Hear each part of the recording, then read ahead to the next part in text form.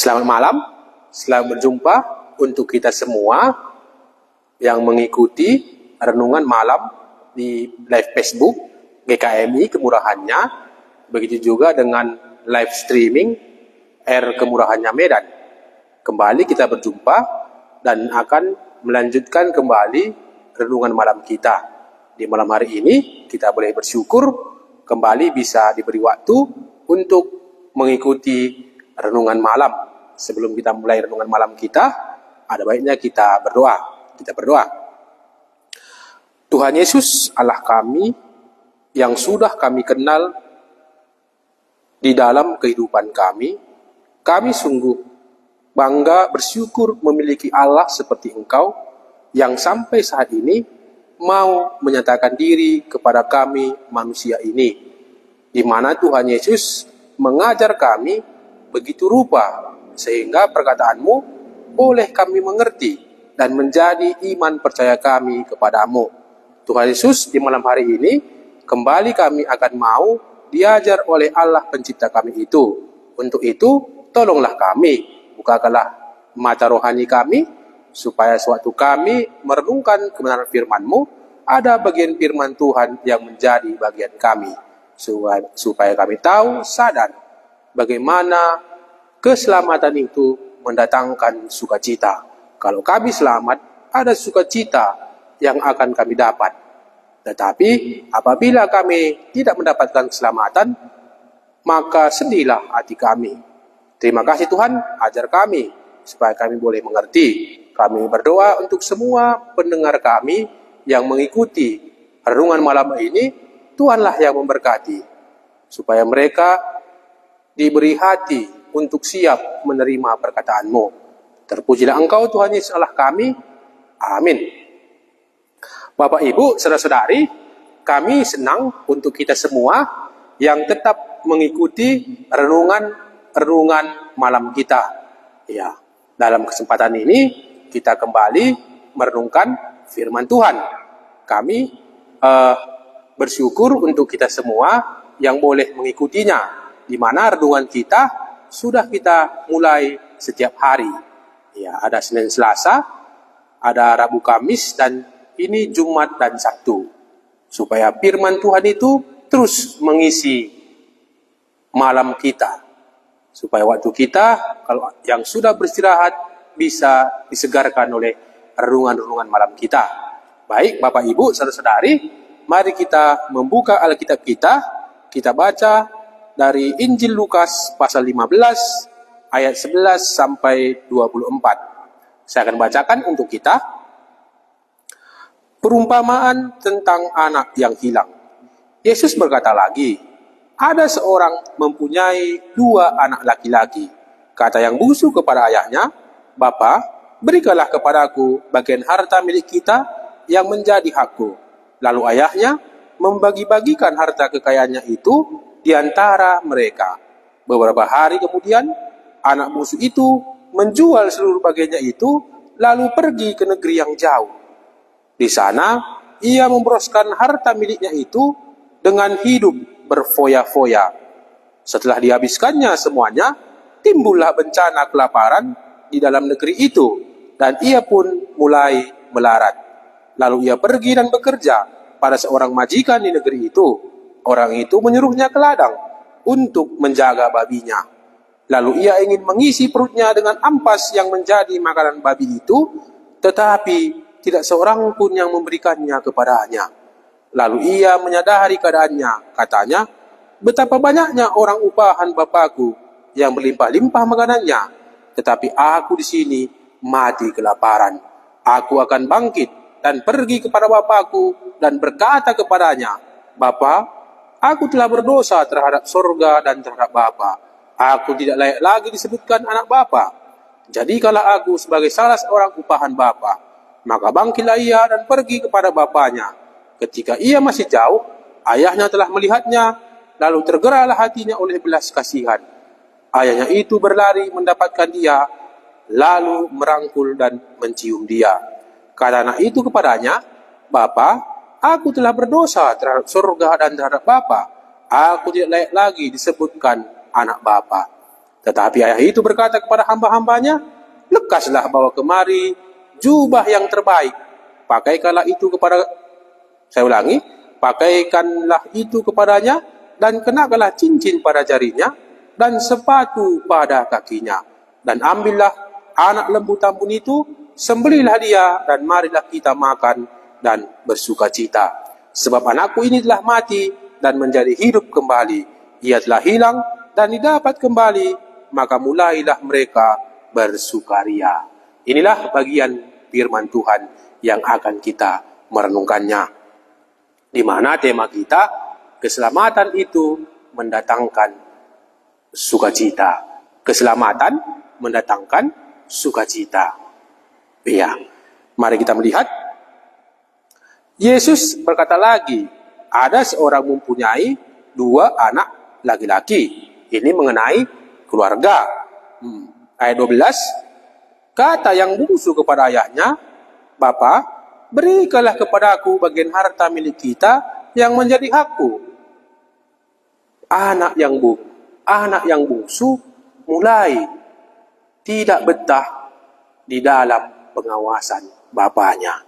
Makanya dia mau lepas dari pengawasan bapaknya. Makanya di sini dikatakan, berikanlah kepadaku bagian harta milik kita yang menjadi hakku. Dia meminta harta yang menjadi haknya kepada bapaknya. Padahal di sini bapaknya masih hidup. Tetapi bapaknya itu sangat baik. Dia tidak berbantah, tetapi langsung memberikannya. Lalu ayahnya membagi-bagikan harta kekayaannya itu di antara mereka.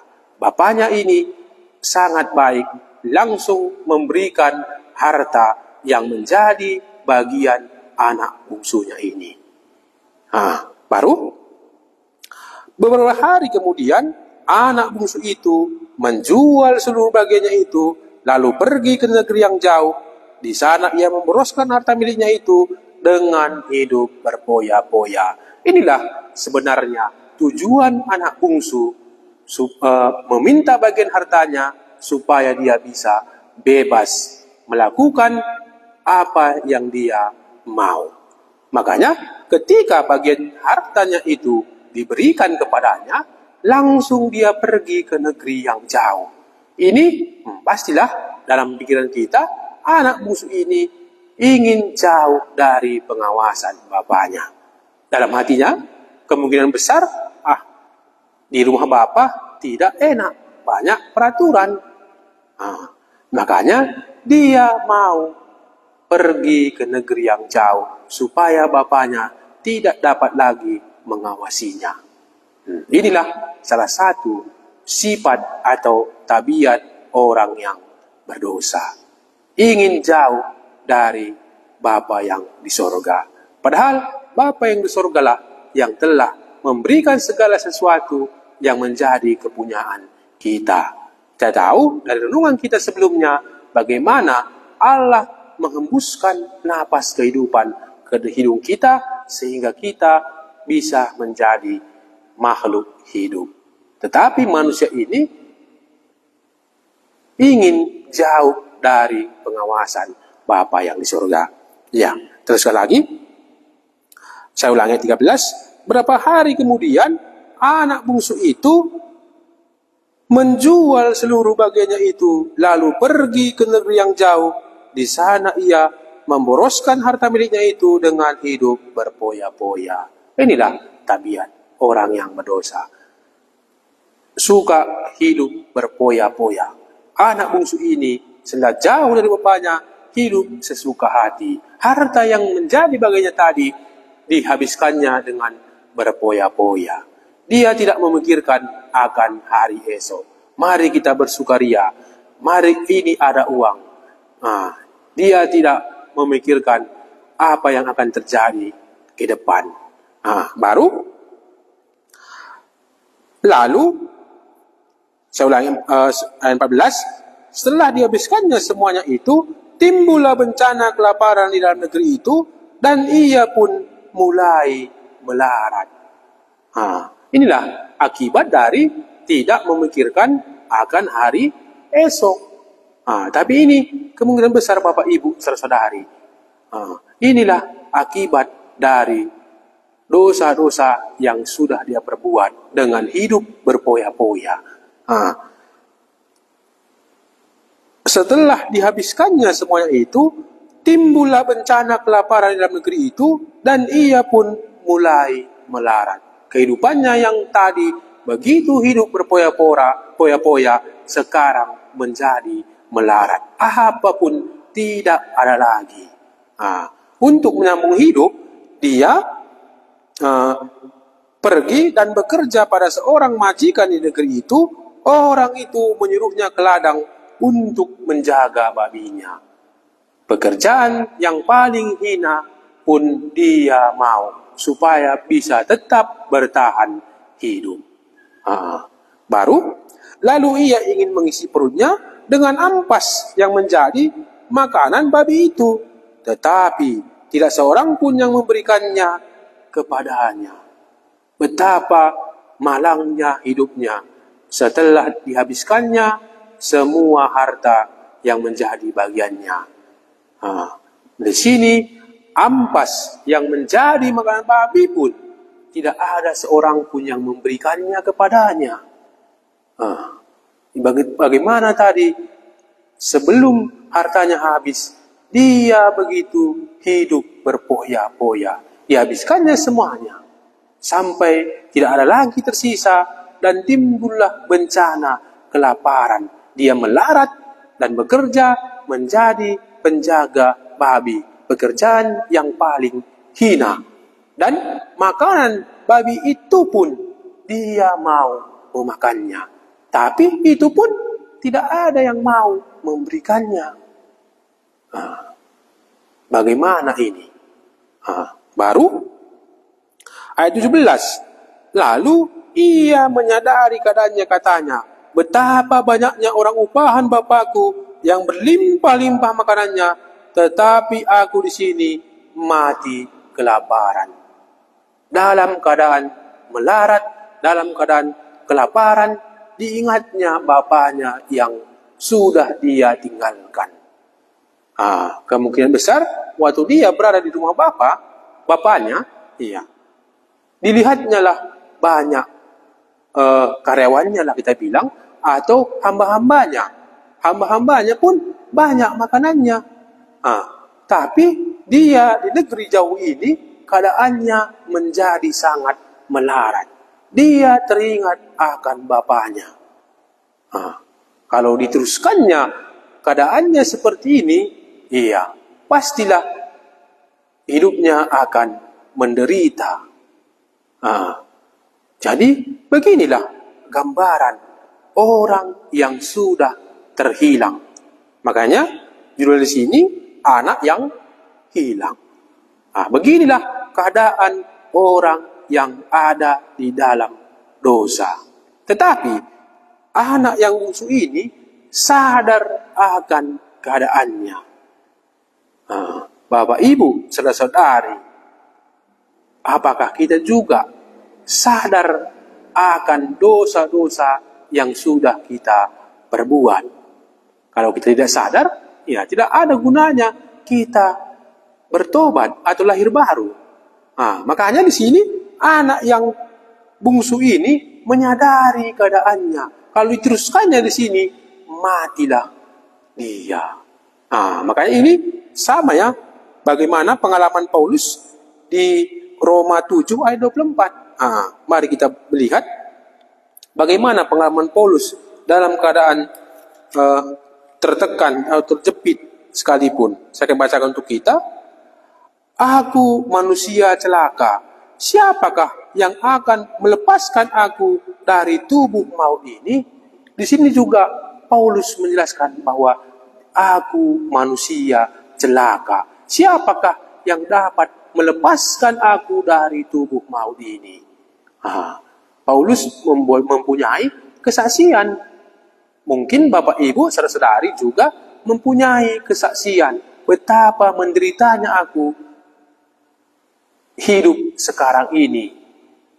Anak yang bungsu betapa menderitanya dia hidup, tetapi ada kesadarannya bahwa bapaknya yang sudah dia tinggalkan ada hidup di dalam bapaknya itu pasti jauh lebih baik daripada di kandang babi ini. Baru ayat 18. Aku akan bangkit dan pergi kepada bapakku dan berkata kepadanya, Bapa, aku telah berdosa terhadap surga dan terhadap Bapa. Aku tidak layak lagi disebutkan anak Bapa.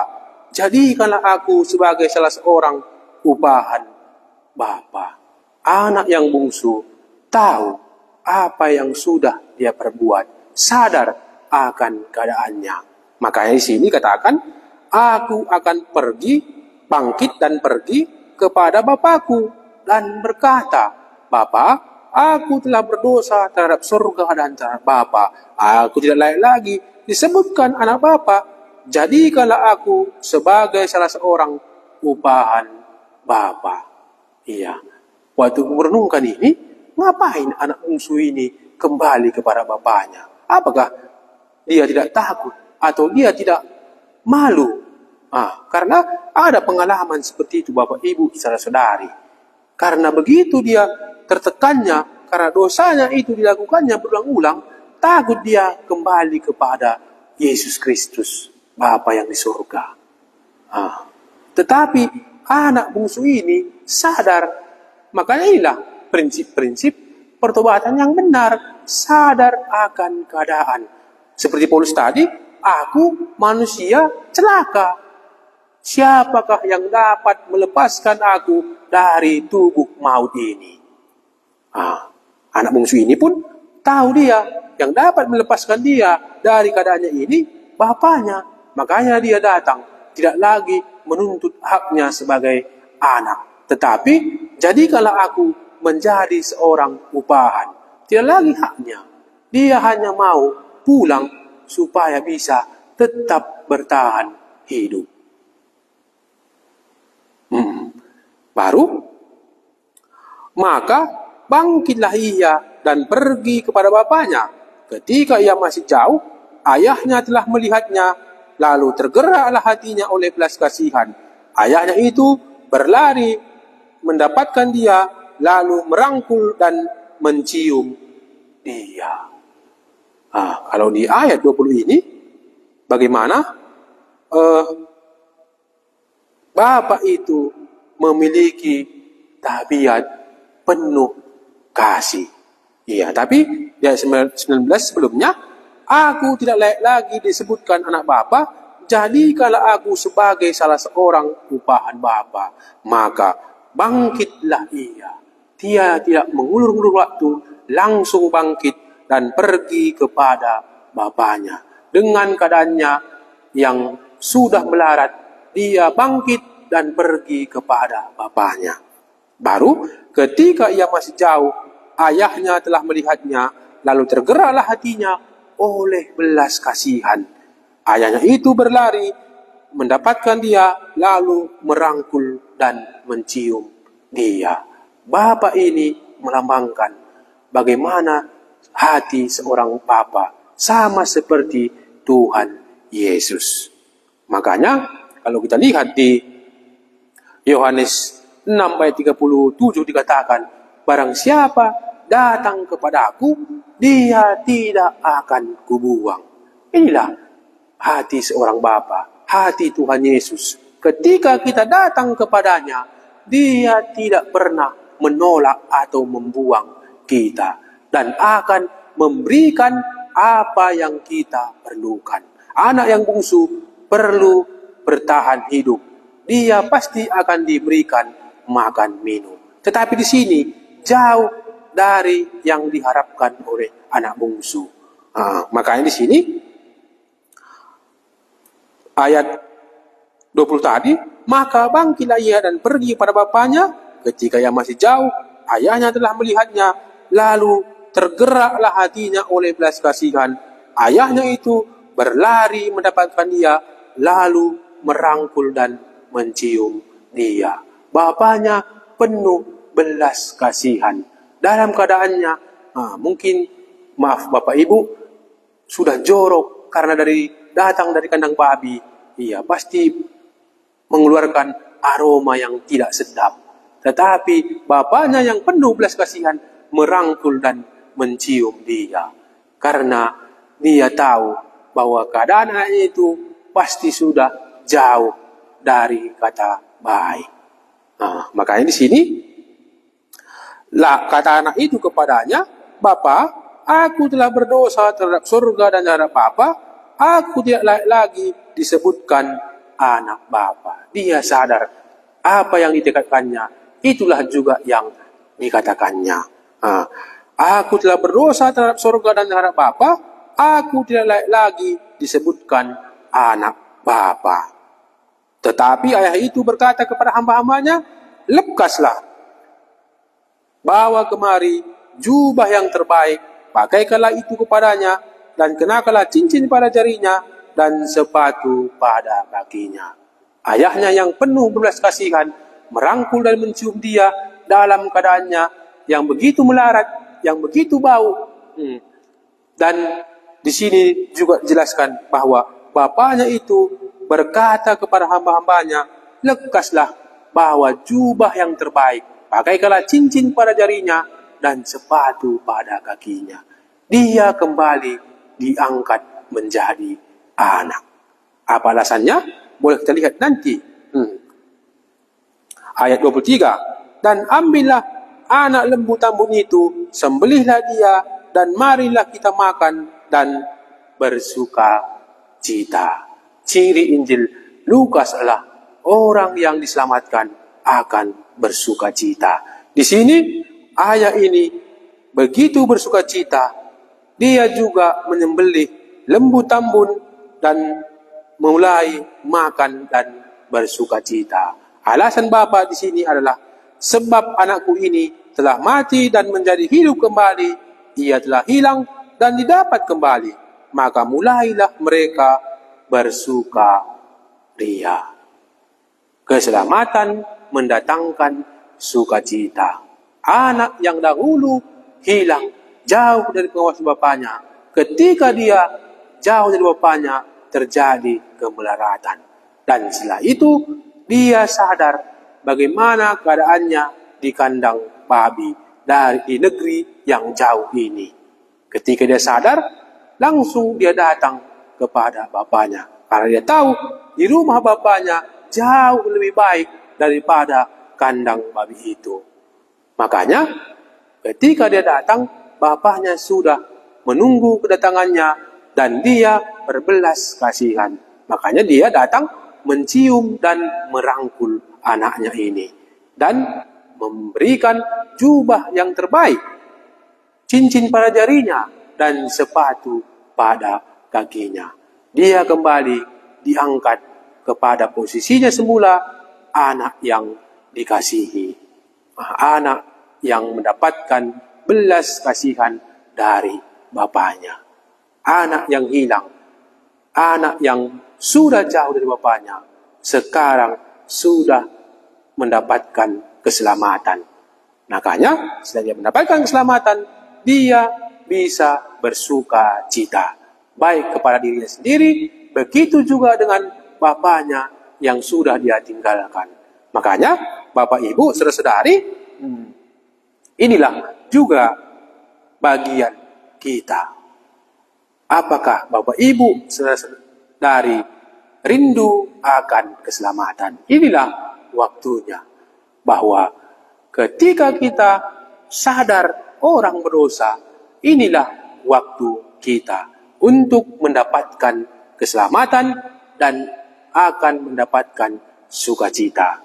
Malam hari ini, anak bungsu akan bersaksi, memberikan pengalamannya kepada kita, bahwa dia yang dahulu hilang, sekarang sudah ditemukan, mendapatkan keselamatan, dan ada sukacita yang dia dapat. Ini juga ditawarkan kepada Bapak Ibu, saudara-saudari. Sudahkah Anda selamat? Kalau Anda sudah selamat, apakah ada kesukaan di dalam hati Anda? Anak bungsu, dia begitu bersuka cita. yang tadinya hanya mengharapkan bisa bertahan hidup, menjadi hamba pun dia mau supaya bisa tetap hidup. Tetapi bapaknya kembali mengangkatnya menjadi anak. Inilah keselamatan yang mendatangkan sukacita. Kalau saya, Bapak Ibu, saudara-saudari, sebagai pengkhotbah, ini bisa saya aminkan. Karena sebelum saya diselamatkan, hidup saya begitu bersedih, begitu malang. Tiap-tiap hari mengharapkan siapa yang mengasihi aku. Tetapi ketika aku diselamatkan, mendapat keselamatan di dalam Tuhan Yesus, ada sukacita. Yang dulunya beban dalam hidup ini begitu berat, ketika mendapatkan keselamatan ada sukacita. Makanya setelah aku selamatkan ada sukacita, hatiku langsung berubah untuk memuji Allahku itu, karena dia begitu baik, mau menyelamatkan aku yang sudah jauh ini, orang yang begitu jahat ini, orang yang begitu harus dimurkai ini. Tetapi Bapa itu yang penuh berbelas kasihan, diberikannya keselamatan bagiku. Makanya aku dapat keselamatan. Jadi Bapak Ibu, apakah kita juga mau mendapatkan keselamatan? Kalau sudah mendapatkan keselamatan, iya, supaya kita juga bisa bersukacita. Inilah renungan kita untuk kesempatan ini. Saya akan bacakan ayat 24 untuk menutup renungan malam kita ini. Inilah arti dari keselamatan mendatangkan sukacita. Lukas pasal 15 ayat 24. Sebab anakku ini telah mati dan menjadi hidup kembali. Ia telah hilang dan didapat kembali. Maka mulailah mereka bersukaria. Saya ulangi, Lukas 15 ayat 24. Sebab anakku ini telah mati dan menjadi hidup kembali. Ia telah hilang dan didapat kembali. Maka mulailah mereka bersukaria. Keselamatan mendatangkan sukacita. Mari kita berdoa. Kami sungguh bersyukur memiliki Allah seperti Engkau, Allah yang begitu baik kepada semua anak-anak-Mu, kepada semua ciptaan-Mu. Di malam hari ini, kami boleh belajar bagaimana keselamatan itu mendatangkan sukacita. Anak yang bungsu menganggap hidup dengan bapaknya tidak bebas, dan dia meminta bagian harta yang menjadi haknya. Ketika dia mendapatnya, dia pergi ke negeri yang jauh, menghabiskan hartanya itu dengan hidup berpoya-poya. Setelah dia habiskannya, timbullah bencana kelaparan yang membuat dia menderita melarat. Ampas babi pun tidak diberikan kepadanya, menandakan bahwa hidup jauh dari Bapa yang di surga begitu menderita. Ketika kami sadar bahwa kami itu baik, maka buatlah supaya kami juga sadar dan mau berbalik kepada Allah pencipta kami itu. Itulah Tuhan Yesus. Supaya ketika kami mendapatkan keselamatan, ada sukacita yang boleh kami dapat. Seperti anak bungsu ini, ketika dia datang kepada bapaknya telah menyambutnya, berlari, merangkul dan mencium dia, bahkan memberikan jubah yang terbaik, cincin pada jarinya, dan sepatu pada kakinya. Bahkan menyembelih lembu yang tambun, supaya mereka bisa makan dan bersukaria. Sebab anaknya ini telah mati dan didapat kembali. Anaknya yang hilang ini telah didapatkan kembali, dan mulailah mereka bersukacita. Inilah buktinya bahwa keselamatan yang berasal dari Tuhan Yesus pasti mendatangkan sukacita. Ini jugalah yang boleh menjadi bagian kami. Jika ada antara kami yang sadar akan dosanya, bola ini juga bisa menjadi pengalamannya. Karena anak bungsu telah memberikan kesaksian bagi kami, supaya ketika kami diselamatkan, kami juga mendapatkan sukacita. Terpujilah Engkau Tuhan Yesus Allah kami untuk renungan malam kami ini. Tuhan baik bagi kami dan memberikan waktu yang baik untuk kami pergunakan. Terpujilah Engkau Tuhan Yesus Allah kami. Amin. Bapak Ibu, inilah renungan kita untuk malam hari ini. Terima kasih.